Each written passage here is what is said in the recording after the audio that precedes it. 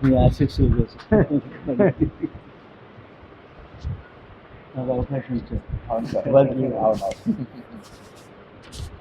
తెలంగాణ రచయితల వేదిక ఈ అవార్డును వాళ్ళు ఇవ్వాలనే నిర్ణయం తీసుకోవడము జయశంకర్ గారి యొక్క జ్ఞాపకాన్ని తెలంగాణలో నిలపడానికి వాళ్ళ ప్రయత్నం చేస్తున్నారు. దీన్ని తప్పకుండా మనం అభినందించాలి.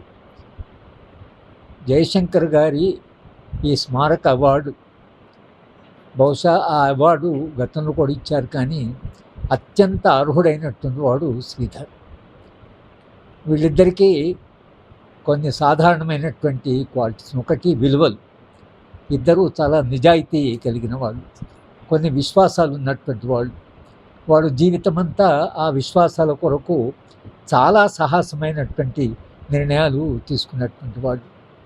జయశంకర్ గారు వైస్ ఛాన్సలర్గా కాకతీయ యూనివర్సిటీలో ఉన్నప్పుడు లోకల్ మినిస్టర్ ఒకతను ఒక రికమెండేషన్ పంపించాడు. తీసుకతను ఆ రికమెండేషన్ ఇస్తే జయశంకర్ గారు చింపి దాన్ని చెత్తబుట్టలో వేశాడు. వేసి అతను, సార్ మరి ఏం చెప్పమంటారు మినిస్టర్ గారి కంటే, నేను ఇప్పుడు ఏం చెప్పానో అదే చెప్పద్దు. శ్రీధర్ ఆయన ఇన్ఫర్మేషన్ కమిషనర్గా ప్రధానమంత్రి మార్కులను అడిగాడు.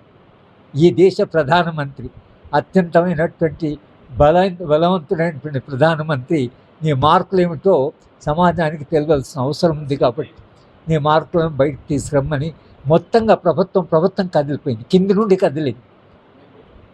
ప్రభుత్వానికి కూడా ఏం అర్థం కాలా, ఏం చేయాలి అని. ఆయన ఏమిటంటే, ప్రధానమంత్రి అర్హత ఏమిటో మీరు ఎలక్షన్ కమిషన్లో చేసిన ఫైల్ ఏదో ఆ ఫైల్ చేసిన క్వాలిఫికేషన్స్ ఏంటో మీరు చెప్పండి, సమాజానికి చెప్పండి. ఆయన ఏమైంది, నువ్వు కొత్తగా అడిగింది లేదు, మీరు చెప్పిందే మీరు మార్కులు ఇవ్వండి అంటే దానికి చాలా ఇబ్బంది పడ్డారు ప్రభుత్వం. అంటే ఒక వైస్ ఛాన్సలర్ అక్కడ లోకల్ మినిస్టర్ని, ఒక ఇన్ఫర్మేషన్ కమిషనర్ ప్రధానమంత్రిని, ఇద్దరిని కూడా ప్రశ్నించేటువంటి సాహసం, దానికి నైతిక బలం కావాలి. అది అందరూ సాధారణంగా చేయలేరు. ఆ నైతికమైనటువంటి బలం ఏదైతుందో, ఆ నైతిక విలువలు, ఆ నిజాయితీ, తర్వాత ఒక సామాజిక ఉద్యమాలకు నిలబడడం, సమాజం మంచి సమాజం కావాలి అని కోరుకోవడం, మనసారా దాని కొరకు పనిచేయడం ఏదైతుందో అది నిజానికి జయశంకర్ గారి యొక్క విలువలు ఏవైతున్నాయో. అలాగే జయశంకర్ గారు నిజంగా, ఇది చాలామంది తెలియదు కానీ, ఆయన ఉద్యమ కాలంలో డబ్బుల కొరకు చాలా కష్టపడ్డాడు. వరంగల్ నుంచి కారులో రావడానికి ఖర్చు అవుతుందని బస్సులో రావడం మొదలుపెట్టాడు. టీఆర్ఎస్ ఆఫీస్ నుంచి మా ఇంటికి ఆటోలో వచ్చాడు. నన్ను టీఆర్ఎస్ ఆఫీస్లో అన్ని కార్లు ఉంటాయి ఎందుకు సార్ అంటే, వాళ్ళ కారు మనం తీసుకుంటే బేకార్ అయిపోతామని చెప్పి వాళ్ళ కారు తీసుకుంటే, ఆయన పార్టీ వాళ్ళు చెప్పారు, సార్ కారు తీసుకోండి సార్, డ్రైవర్ ఇస్తామంటే చెప్పాట, మీ కారు తీసుకుంటే మీరు పిలిచినప్పుడు రావాలి, నేను నా వెహికల్ వస్తే నా ఇష్టం వచ్చినప్పుడు వస్తాను. అంటే ఆయన ధైర్యం ఏంటంటే, ఒక రాజకీయ పార్టీ వాళ్ళు అడిగినా కూడా పార్టీని కాదని, తన స్వతంత్రతను, తన స్వేచ్ఛను కాపాడడం కొరకని జయశంకర్ గారు ఆ రోజు ఏమాత్రము కాస్త బలహీనమున్నా అది తీసుకుంటే జయశంకర్ గారు కాదు. జయశంకర్ గారికి ఉండేటువంటి ఆ నిజాయితీ, నిబద్ధత, ఆయనకు ఉండేటువంటి ఒక క్లారిటీ పార్టీ, లక్ష్యం ఏం సాధించాలి, తెలంగాణ స్వతంత్రమైన తెలంగాణ కావాలి. కానీ ఆయన పెద్దగా రికగ్నిషన్ కూడా కోరుకోలేదు. జాతిపిత అంటే నాతో నవ్వుతూనేవాడు, నేను పితను గాను పత్తిని గాను జాతిపితని ఎట్లా అవుతా అనేవాడు. అని పెళ్లి కాలేదు, నాకు పిల్లలు లేరు, నేను జాతిపితని ఎట్లా అవుతా అనేవాడు. కనుక ఆయన రికగ్నిషన్ కొరకు కాదు, కానీ ఒక స్వతంత్రమైన స్వేచ్ఛ తెలంగాణ కావాలని, ఇది కల్చరల్గా, పొలిటికల్గా, ఎకనామిక్గా తెలంగాణ ప్రజలు స్వేచ్ఛగా స్వతంత్రంగా జీవించాలని, ఒక ప్రాంతం వాళ్ళు అక్కడి వాళ్ళు ఇక్కడ ఆధిపత్యం చెలాయిస్తున్నారని, ఒక ఆధిపత్యానికి వ్యతిరేకంగా జరిగిన ఉద్యమానికి ఆయన నాయకుడిగా ఉన్నారు. తెలంగాణ ఉద్యమంలో నా వరకు మాత్రము నేను ఉద్యమానికి మద్దతు ఇవ్వడానికి రాజకీయ నాయకుల కాదు, నేను ఉద్యమానికి మద్దతు ఇవ్వడము జయశంకర్ గారు, కోదండరాం ఇద్దరు ఆచార్యులు ఉద్యమంలో అగ్రభాగాన్ని ఉన్నారు కాబట్టి తప్పకుండా వచ్చే తెలంగాణ వీళ్ళ నాయకత్వంలో వస్తుంది. కనుక కొంత మెరుగైన తెలంగాణ వస్తుంది, ప్రజాస్వామ్య తెలంగాణ వస్తుంది, నిజాయితీ కలిగిన నాయకత్వం వస్తుందని ఒక ఆశ ఏదైతుందో మనందరినీ తెలంగాణ మద్దతు చేశారు.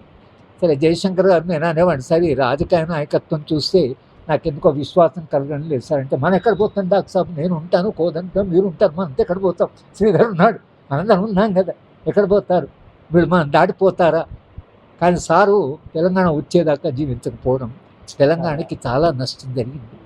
కానీ ఆయన జ్ఞాపకము, ఆయన విలువలు, ఆయన చేసిన పోరాటాలు తెలంగాణ చైతన్యంలో కొనసాగడానికి, ఆ విలువలు యువతరానికి తెలవడం కొరకని ఇలాంటి అవార్డ్స్ చాలా అవసరం.